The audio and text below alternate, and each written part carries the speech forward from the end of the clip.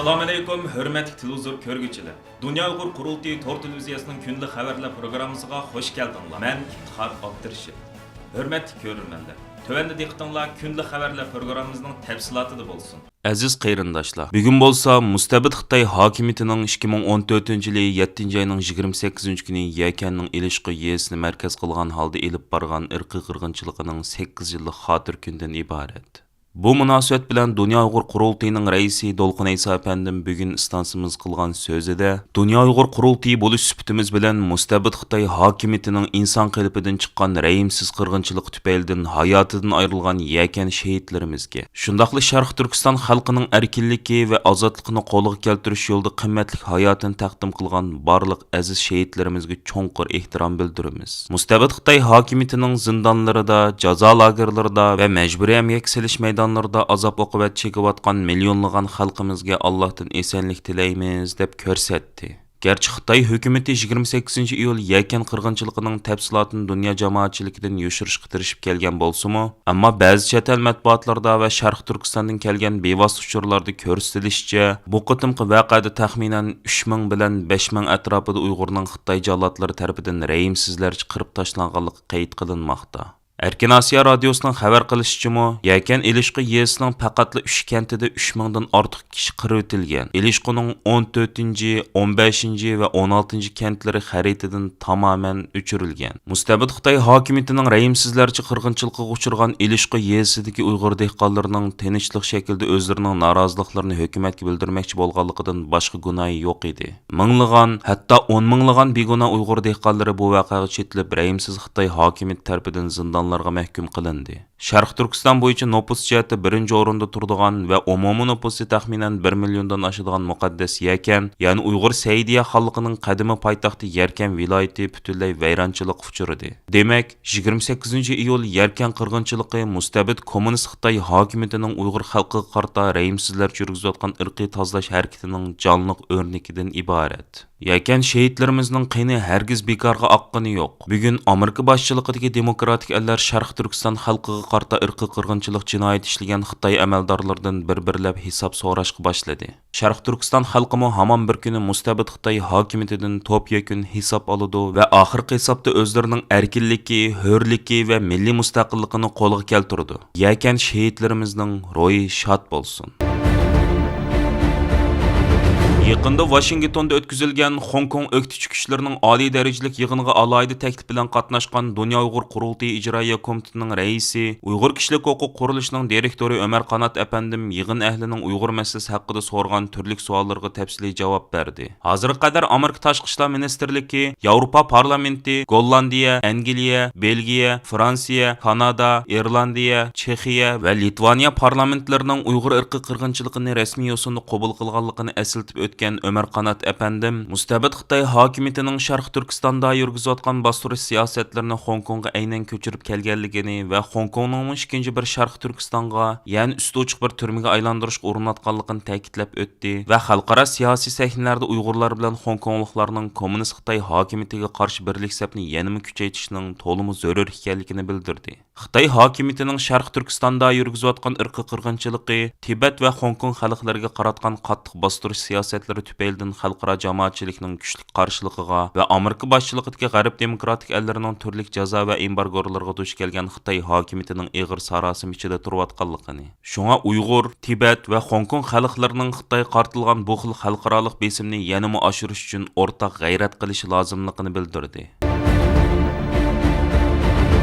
Uyg'ur irqiy qirg'inchiligi masalasiga hozir qadar sukut qilib kelgan Birlashgan Davlatlar Tashkilotining bosh kotibi Antonio Guterresning 25-iyul kuni Xitoy diplomati Li Junxuani BDTning iqtisodiy va ijtimoiy xizmatlarga mas'ul muavin bosh kotib qilib tayinlanganligi xalqaro kishilik huquq tashkilotlarining va Dünya Uyg'ur Qurultayı boshchiligidagi Uyg'ur tashkilotlarining kuchli noroziligini qo'zg'adi.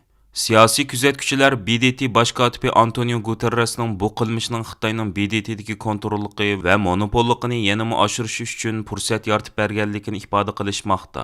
Bu munosabat bilan istansimizning maxsus ziyoratini qabul qilgan Dünya Uyg'ur Qurultayining muavin raisi, strategiya mutaxassisi Dr. Erkin Akram efendim o'zining bu vaqtdagi qarashlarini bildirib, mundaq dedi. Xitoy Burun şu Birleşken Devletler Teşkilatı'nın əzası olmayan vaxtıda bu Birleşken Devletler Teşkilatı'na karşıdı bular. Her qanday fəaliyyətlərə qarşıdı. Amma bu Birleşken Devletler Teşkilatı'na əza bolğandan keyin bunu bu təşkilatdan qanday faydalanışını başladı. Hazır həm də bu təşkilatını, yəni Birleşken Devletler Teşkilatı'ndan qanday faydalanıb özünün mənfəətini qanday qoğdaq qilish koyuğa kirgan bir vaziyatda. Bulubmu hazır Xitay tarafı, yani Xitay hükümetinin to'ladaydigan, yani Birleşken Devletler Teşkilatı esasında bir xalqaro tüzümni qo'g'dab qilish ve xalqaro qonunga asas qilganda bir xalqaro tüzümni qo'llab qilish degandek. Yani Birleşken Devletler Teşkilatı onun için muhim bo'lyapti. Hem de bu Xi Jinping'ninki o'ttirib qo'ygan, yani dünya insanlarınki taqdir birligini barpo qilish uchun yine şu Birleşken Devletler Teşkilatı zemininde bunu hal qilishga tirishayotdi.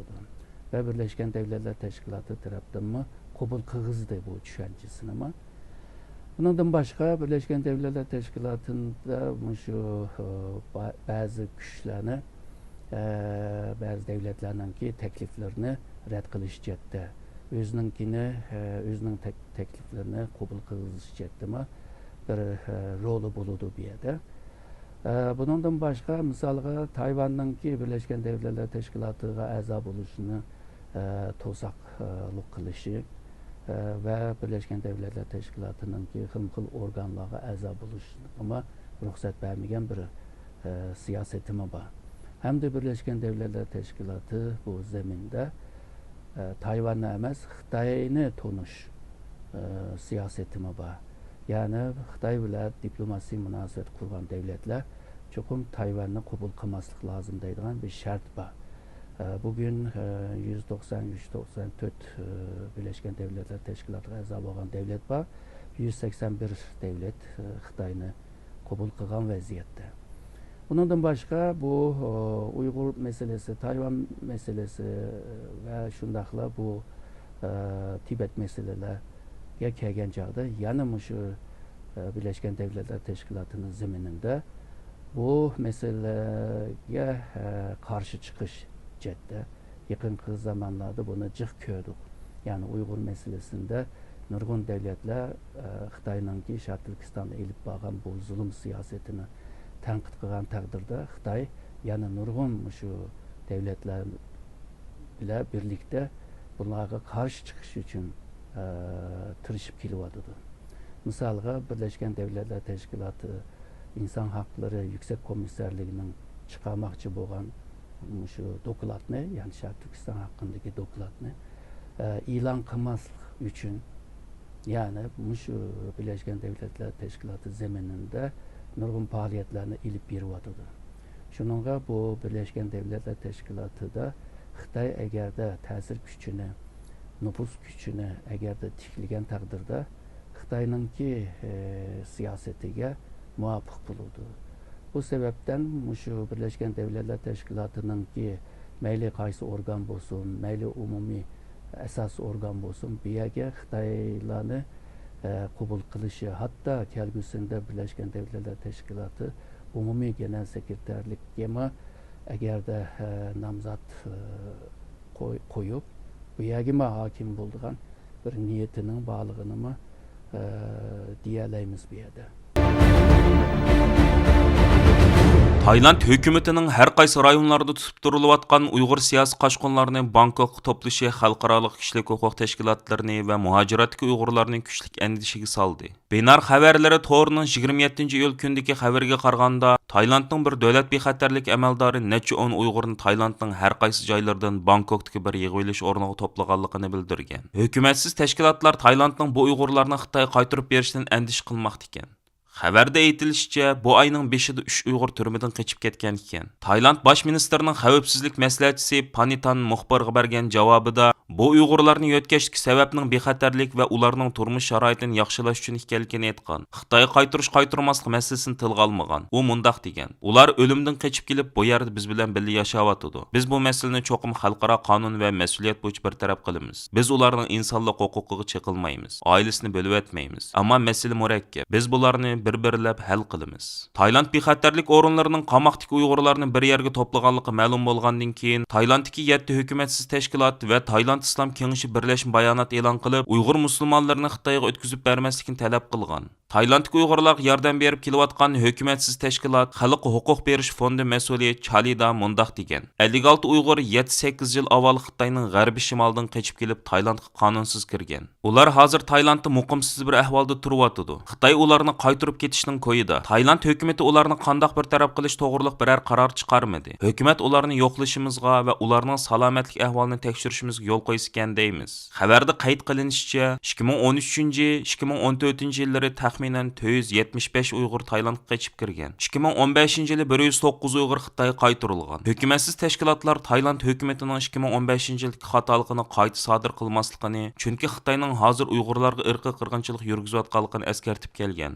Dunyodagi 50 dan ortiq Uyg'ur tashkiloti 8-iyul kuni Tailand doiralarining 109 nafar Uyg'ur musofirni Xitoy qaytarib berganligining 8 yilligi munosabati bilan chaqiriq e'lon qilib, Tailand doiralarining Tailand tutib turish markazlaridagi 52 nafar Uyg'ur musofirni qo'yib berishga chaqirgan edi. Aziz ko'ruvchilar, yuqorida diqqatingizga Dunyo Uyg'ur qurultiyi to'r televiziyasining kundalik xabarlar programmasini sundik. Keyin qitimliq sonimizda ko'rishaylik. Aman bo'lgaysizlar. Stansimizning YouTube kanaliga a'zo bo'lishni unutmang. Xayr xo'sh.